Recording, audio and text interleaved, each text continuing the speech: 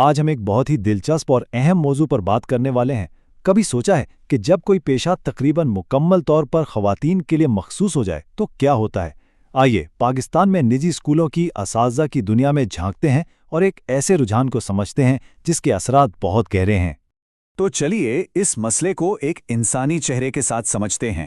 یہ ہیں مسز نفیسہ امتیاز۔ پچھلے 8 سال سے وہ پڑھا رہی ہیں، لیکن ان کی کہانی محنت اور اس کے کم سلے کی ایک جدوجہد ہے۔ 8 سال کی محنت اور بہتر تنخواہ کی امید میں 4 مختلف سکولز تبدیل کرنے کے بعد آپ سوچیں گے کہ ان کی تنخواہ کافی اچھی ہوگی، لیکن حقیقت کچھ اور ہی ہے۔ یہ ہے ان کی ماہانہ کمائی۔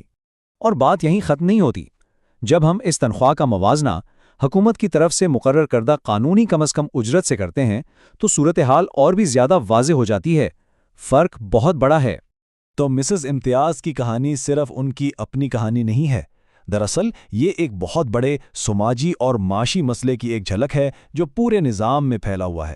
اس مسئلے کو سمجھنے کے لیے ہمیں پہلے ایک اصطلاح کو سمجھنا ہوگا، نسوانی پیشہ۔ اس کا مطلب کیا ہے؟ سیدھے الفاظ میں یہ وہ شعبے ہیں جہاں کام کرنے والوں کی اکثریت خواتین کی ہوتی ہے، جیسا کہ ہم پاکستان میں تدریس کے شعبے میں دیکھ رہے ہیں۔ اور جب ایسا ہوتا ہے تو اکثر ایک اور رجحان جنم لیتا ہے جسے ماہرین عمرانیات پنک گیٹو کہتے ہیں۔ یہ آپ سمجھیں ایک طرح کا جال ہے جہاں خواتین کم تنخواہ، ترقی کے کم مواقع اور معاشرتی قدر میں کمی کا شکار ہو جاتی ہیں۔ اور اعداد و شمار خود بولتے ہیں۔ پاکستان کے نجی اسکولوں میں دیکھیں 76% اساتذہ خواتین ہیں۔ یہ ایک بہت بڑی تعداد ہے جو اس پیشے کی شدید نسوانیت کو ظاہر کرتی ہے۔ اور تحقیق ہمیں ایک بہت ہی پریشان کن حقیقت بتاتی ہے۔ جیسے جیسے کوئی شعبہ خواتین کا کام بنتا جاتا ہے، ویسے ویسے اکثر اس کی قدر اور تنخواہ دونوں میں کمی آنے لگتی ہے۔ تو پھر سوال یہ اٹھتا ہے کہ آخر اتنی بڑی تعداد میں خواتین ٹیچنگ میں آ کیوں رہی ہیں؟ اس کے پیچھے کیا وجوہات ہیں؟ آئیے ان سماجی اور معاشی عوامل پر ایک نظر ڈالتے ہیں۔ دیکھیں، یہ ایک ملا جلا معاملہ ہے۔ ایک طرف تو سماجی دباؤ ہے جو خواتین کے لیے کیریئر کے راستے محدود کر دیتا ہے۔ دوسری طرف ٹیچنگ کو ایک محفوظ اور ثقافتی طور پر قابل قبول پیشہ سمجھا جاتا ہے جس کے اوقات کار بھی خاندان کی ذمہ داریوں کے ساتھ نبھائے جا سکتے ہیں۔ اور یہ جو محدود انتخاب کی بات ہے نا، یہ اعداد و شمار میں صاف نظر آتی ہے۔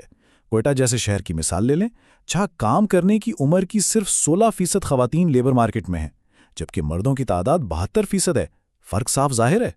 تو لب لباب یہ ہے کہ بہت سی خواتین کے لیے ٹیچنگ کا انتخاب صرف شوق نہیں بلکہ ایک مجبوری بھی ہے، حفاظت کی تلاش ہے۔ یہ ایک ایسا راستہ ہے جو سماج کو بھی قبول ہے، چاہے اس کی مالی قیمت کچھ بھی ہو۔ لیکن یہیں سے مسئلہ شروع ہوتا ہے۔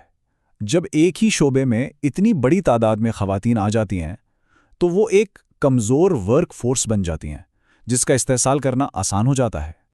اور یہ استحصال تنخواہوں میں صاف نظر آتا ہے۔ سرکاری اسکولوں میں تو فرق تقریباً نہیں ہے، لیکن پرائیویٹ سیکٹر میں یہاں خواتین مردوں کے مقابلے میں 70% تک کم کما رہی ہیں۔ یہ ایک بہت بڑا فرق ہے۔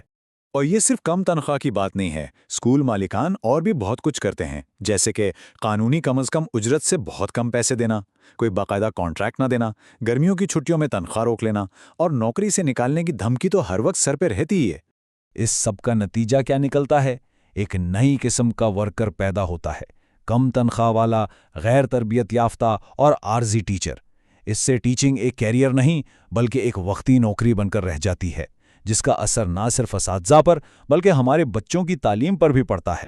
تو سوال یہ ہے کہ کیا اس مسئلے کو حل کرنے کے لیے کچھ ہو رہا ہے؟ جی ہاں، قانونی محاذ پر ایک جنگ لڑی گئی ہے۔ یہ کہانی خیبر پختونخوا کی ہے۔ 2015 میں ایک قانون آیا جس نے پرائیویٹ اسکولوں کو لیبر قوانین سے ہی آزاد کر دیا، لیکن پھر اساتذہ نے آواز اٹھائی اور 2018 میں پشاور ہائی کورٹ نے اس قانون کو ہی غیر آئینی قرار دے دیا۔